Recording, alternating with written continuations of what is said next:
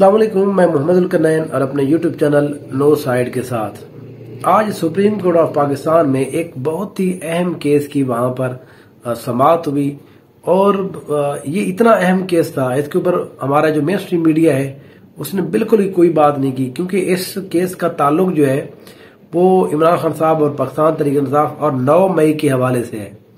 ये इतना बड़ा केस था जो सुप्रीम कोर्ट में गया है पहली दफा। 9 मई का कोई भी वाकया जो है, कोई भी केस जो है, अब वो पहुंचा है वहां तक। अब उसके हवाले से सुप्रीम कोर्ट ऑफ पाकिस्तान के सबसे जो बेहतरीन जज हैं जैसे जमाल मंदोखेल साहब, उसने रिमार्क्स दिए हैं। उसने एक 5 बंदे थे जिनकी जमानत के ऊपर मामला चल रहा था, उन्होंने उनकी हाई कोर्ट से भी जमानत नहीं हुई, लोअर कोर्ट से भी नहीं हुई थी। अब उन्होंने सुप्रीम कोर्ट के अंदर ये अपनी पिटीशन दायर की थी कि हमें जमानत दी जाए, हमारा इससे कोई ताल्लुक नहीं है। तो सुप्रीम कोर्ट ऑफ पाकिस्तान ने उस केस का आज फैसला दिया है, जिसके अंदर 5 लोगों की अब जमानत भी उन्होंने मंजूर कर ली है। और वो जो रिमार्क्स हैं वो मैं आपके साथ जरा शेयर करता हूं, फिर उसके बाद थोड़ा डिस्कस करते हैं कि अब ये क्या मामला है और क्या होने जा रहा है। देखिए जी, जस्टिस मंदोखेल साहब ने पहले तो बात ये की कि आपने जिन लोगों के ऊपर मुकदमा दायर किया है उसकी सीसीटीवी फुटेज कहाँ है, ये पूछा है। जो हुकूमती जो वकील था उससे पूछा है, आप ये कह रहे हैं ये जो लोग हैं इन्होंने मुकदमा वो किया, हमला किया किसी जगह के ऊपर, तो आप हमें बताएं कि सीसीटीवी फुटेज कहाँ है। तो वकील साहब फरमाते हैं, सर जो एहतजाज वाले थे उन्होंने कैमरे तोड़ दिए। उन्होंने कहा सर हमारे पास रिकॉर्डिंग नहीं है क्योंकि एहतजाज वालों ने कैमरे ही तोड़ दिए। तो जज साहब ने बड़े अहम रिमार्क दिए। वो कहते हैं तो इसका मतलब ये है कि एक हेड कांस्टेबल के बयान के ऊपर आप साबिक वजीर आजम को गद्दार कहना चाह रहे हैं। वो ये कह रहे हैं कि आप एक पुलिस वाला हेड कांस्टेबल है, अब उसके सिर्फ बयान के ऊपर हम ये मान लें कि एक वजीर आजम है, साबिका वजीर आजम, हम उसको गद्दार मान लें। फिर उसके बाद जो जज साहब है उन्होंने एक और बात की। उन्होंने कहा जी आपने इसके ऊपर इस मुकदमे के अंदर जो है दहशतगर्दी की दफात लगाई है, उसकी वो क्यों लगाई आपने। तो जो वकील साहब है वो कहते हैं इन्होंने हमजा, एक कैंप हमजा जो है, हमजा कैंप, वहां पर इन्होंने हमला किया है। हमजा कैंप जो है ISI का एक हेडक्वार्टर है पिंडी के अंदर, इस्लामाबाद के अंदर, तो वहां पर उन्होंने इसलिए उनके ऊपर। तो जज साहब कहते हैं FIR के अंदर तो लिखा हुआ भी नहीं है कि इन्होंने ISI के हेडक्वार्टर के ऊपर हमला किया है। फिर उसके बाद जो जज साहब है वो ये कहते हैं मुकदमे के अंदर आपने दहशतगर्दी की दफात क्यों लगाई है, अभी तक हमें ये समझ नहीं आ रहा। फिर उन्होंने कहा कि आपको फिर मालूम ही नहीं है, अगर आप ये कहना चाह रहे हैं कि इन्होंने किसी बिल्डिंग या इमारत के ऊपर अटैक किया है और आपने इसके ऊपर दहशतगर्दी का मुकदमा इन लोगों के ऊपर दर्ज कर दिया है, तो अब जस्टिस जनाब जमाल मंदोखेल साहब कह रहे हैं गवर्नमेंट ऑफ पाकिस्तान को, आपको फिर मालूम ही नहीं है कि दहशतगर्दी होती क्या है। ये चीज हम चीख कर थक गए हैं कि आप बात के ऊपर जो है वो दहशतगर्दी का मुकदमा जो दर्ज कर रहे हैं, आप उस सबसे जो इतना बड़ा इशू होता है उसको आप कितना मतलब खत्म डाउन कर देते हैं। कोई बंदा रोड पे जा रहा है, आपने उसको दहशतगर्दी का मुकदमा दर्ज कर दिया। किसी ने रोड बंद कर दिया, उसके ऊपर दहशतगर्दी का मुकदमा आपने दर्ज कर दिया। अब जज साहब भी कह रहे हैं, फिर वो कहते हैं कि दहशतगर्दी क्या होती है मैं आपको बताता हूं। दहशतगर्दी सानेहा आर्मी पब्लिक स्कूल पिशावर, इसको हम दहशतगर्दी कहते हैं। क्वेटा कचहरी के अंदर जो धमाका हुआ, इसको हम जो है वो दहशतगर्दी कहते हैं। फिर आगे कहते हैं जैसे जनाब, वो कहते हैं रैलियां निकालना कहां की दहशतगर्दी हो गई है। अगर कोई बंदा किसी लीडर के लिए रैली निकाल रहा है तो आप उसे दहशतगर्द मान लेंगे। फिर उसके बाद वो कहते हैं वाकया रावलपिंडी का है और आपने गवाह जो है वो लाहौर के यहां पर बता दिए हैं। जैसे साहब कह रहे हैं कि वाकया पिंडी में हो रहा है, आपने गवाह जो है वो दर्ज किए हुए हैं, जो लाहौर वाले वो गवाही दे रहे हैं जी बिल्कुल हमें मालूम है यहां पर ये कुछ हुआ। फिर उन्होंने कहा क्या हुकूमत के खिलाफ टायर जलाना बहुत बड़ा जुर्म है। तो ये जो केस था इसके ऊपर आप देखें आखिर में जो उन्होंने जो सबसे अहम बात की, वो कहते हैं कि खुदा का खौफ करें, ये किस तरफ हम जा रहे हैं। ये चीज जो है ये मैं पहले भी कहता रहा हूं। देखें, जब भी यहां पर 9 मई के हवाले से बातें आएंगी, देखें मिलिट्री कोड के अंदर ये चीजें चलती हैं। हम मान सकते हैं मिलिट्री कोड के अंदर जी पता ये चलता है कि बंदा बाहर बैठा हुआ है, वो आपको गवाही दे देगा, सर मैं उस दिन यहां पर मौजूद था, और आप एक्सेप्ट भी कर लेते हैं, क्योंकि मिलिट्री कोड एक और तरह से वो ऑपरेट कर रही होती है। मिलिट्री कोड के हवाले से हमारे यहाँ एक बड़ा मशहूर लतीफा भी है, वो मैं आपको सुना देता हूँ। एक बंदे का ट्रायल चल रहा था मिलिट्री कोड के अंदर, ब्रिगेडियर साहब सुन रहे थे केस को।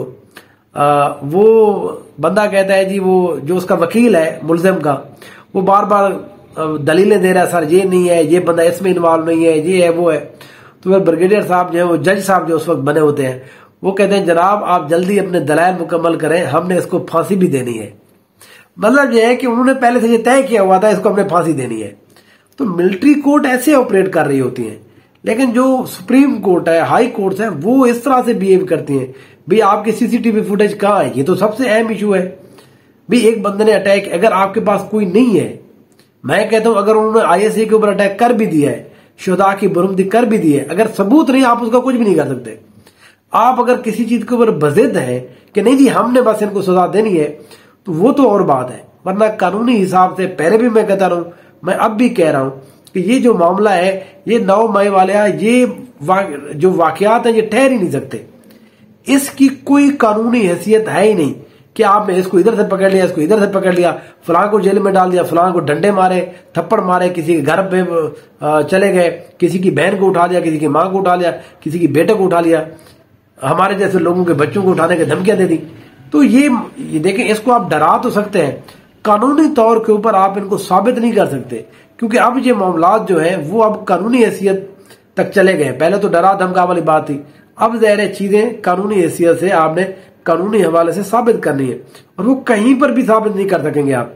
मेरा अपना ये ख्याल है कि आप एक बंदे के ऊपर भी कानूनी हिसाब से साबित कर ही नहीं सकते, जिस तरह की आपने अभी तक तफ्तीश तो की नहीं है। आपने पहले से फैसला सुना दिया है आपने। तो ये जैसे अब इंटरेस्टिंग बात है, लाहौर के अंदर जिन लोगों के ऊपर केसेस हैं, अब वो कहते हैं जी आप पैदल वो एक जगह गए, पैदल वो दूसरी जगह अटैक किया, पैदल वो तीसरी जगह अटैक किया, और ये मामला हुआ थी 15 मिनट के अंदर। अब वो टोटल जो एरिया है वो 30 किलोमीटर का है। अब 30 किलोमीटर जो है वो बूढ़ा बंदा 50-60 साल की उम्र का, औरतें शामिल है, वो पैदल कैसे जा सकती हैं 10 से 12 मिनट के अंदर? क्योंकि पहले तो आपने बस डाल दिया उनको। अब ज़ाहिर जब साबित करने की बारी आप कर ही नहीं पाते। आपने पूरे के पूरे केस को पोलिटिसाइज किया है। मैं यहां पर जो है, जो हमारे जिम्मेदारान है एस्टेब्लिशमेंट के, मैं बहरहाल यहां पर देखें, हम इंटरनेशनल पॉलिटिक्स के स्टूडेंट हैं। चीजों को जब तक आप मंतकी तरीके से नहीं चलाते, उस वक्त तक आप जेन्युइन केस को भी हार जाते हैं। 9 मई वाला एक जेन्युइन केस है, जिसको आपके लोगों ने बहुत ही बेढंगे तरीके से इसको ज़ाय कर दिया है। ये मामला कहीं भी नहीं चलने वाला। ये कैसे हो सकता है कि आप 10,000 लोगों को पकड़ लें आप अगले मतलब 1 घंटे के अंदर? तो इससे साबित होता है कि आप ये पहले से कोई और पीछे कोई और स्टोरी चल रही थी। अब यही बात जो है, अब सुप्रीम कोर्ट जब इस तरह के सवाल पूछेगी, सर सीसीटीवी जो है वो अगर तोड़ दी जाती है तो उसकी रिकॉर्डिंग तो होती है ना। ये तो हमारे आम घरों में भी ऐसे होता है, कैमरा खराब, उसके पीछे रिकॉर्ड हो रहे थे तो रिकॉर्डिंग तो होगी। क्या सारे कैमरे उन्होंने तोड़ दिए? कोई खुफिया कैमरे कहीं पर भी नहीं होते। आईएसआई के हेडक्वार्टर के ऊपर कुछ लोगों ने हमला किया और आपके पास उसकी सीसीटीवी फुटेज मौजूद नहीं है। गवर्नमेंट ये कहना चाह रही है कि वो इदारा जो पूरे मुल्क की सिक्योरिटी का जिम्मेदार है, जो इंफॉर्मेशन प्रोवाइड करता है गवर्नमेंट के बाकी जो लॉ एनफोर्समेंट एजेंसीज हैं, वो ये कह रहे हैं कि हमारे पास कोई सबूत नहीं है, हमारे ऊपर जिसने अटैक किया वो कौन था। ये इतनी मजायका खिद बात है, इसको आपको साबित करना पड़ेगा। आपके पास सबूत पहले थे जो आपको जेन्युइनली इकट्ठे करने चाहिए थे, पर मामले को आपने पोलिटिसाइज, आपने या कुछ लोगों ने मिलकर इस सारे मामले को पोलिटिसाइज किया। अब उस पोलिटिसाइज होने के बाद वो मामला, आप ये जेन्युइन केस जो है स्टेट ऑफ पाकिस्तान, हमारी फौज जो बार बार जिसका ये जिक्र करते हैं, इन्होंने इस केस को बिल्कुल ही लूज कर दिया है। मेरा अपना ये ख्याल है, जबरदस्ती तो आप किसी को भी, वो जिस तरह मैंने आपको एक कहानी सुनाई है, एक लतीफा सुनाया है, वो फिर आप तो सुना दें, मतलब अगर आपने सजा देनी है तो वो कोई मामला नहीं है। लेकिन जब भी मामला इसी तरह से एक हाई कोर्ट, सुप्रीम कोर्ट के अंदर जब भी मामला जाएगा तो इस तरह के सवाल पूछे जाएंगे, और उस वक्त जो है आपके जो तफ्तीशी है, जो पुलिस है, वो उन्होंने तफ्तीश सही की ही नहीं है। उनको पता ही नहीं है कि इस तरह के मामले की तफ्तीश कितनी सेंसिटिव मामला था। उसके अंदर इन्होंने, जिसको कहते ना कि आप मेरे जिम्मे लगा दे, आप मुझे कहिए आप बस शिवायत इकट्ठे करें, मैं कहूँगा ये भी गवाह है, ये भी गवाह है, ये भी गवाह है। तो वो प्रोफेशनली लोगों को यहाँ पर वो करना चाहिए था, उनसे तफ्तीश करानी चाहिए थी, मामले को मंतकी अंजाम तक पहुंचाना चाहिए था। जो आप 1 साल होने वाला है नहीं पहुंचाया, अब उसका नुकसान जो है वो बहरहाल इस केस को लूज करेंगे। देखें अब इस केस का इम्प्लीकेशन क्या है। ये वो मामला है जिसको, ये तो वो लोग हैं जिनको कहा जाता है ये उस वक्त उस दिन मौजूद थे। मामला जब इमरान खान का बात जाएगी तो इमरान खान तो वहां पर मौजूद ही नहीं था, तो उसके सबूत कहां से लाएंगे आप।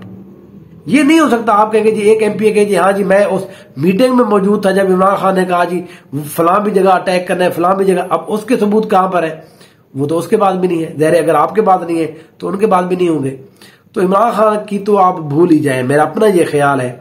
ये इसके ऊपर जो है जो जिम्मेदारान लोग हैं, वजीर दाखिला और जो पंजाब के आईजी साहब है, ये मैं बार बार कह रहा हूं, इस सारे मामले के अंदर ये 2 लोग मुलविस हैं। अगर कुछ और लोग मुलविस नहीं है तो ये मुलविस है। इस सारे मामले को खराब भी इन लोगों ने किया है। अब इस मामले का कुछ भी नहीं हो सकता।